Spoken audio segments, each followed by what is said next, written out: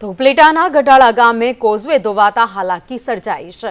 ગઢાળા ગામનો મુખ્ય માર્ગ 20 દિવસથી બંધ છે। કોઝવે ખખડધજ હાલતમાં હોવાથી હાલાકી લોકોને ભોગવવાનો વારો આવ્યો છે।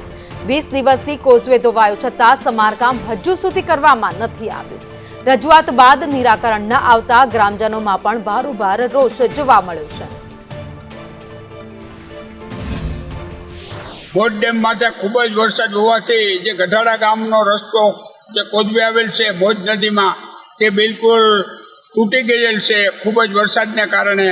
તેને કારણે ગામ લોકોને 20 કિલોમીટર કે 15 કિલોમીટર ફરીને જવું પડે છે।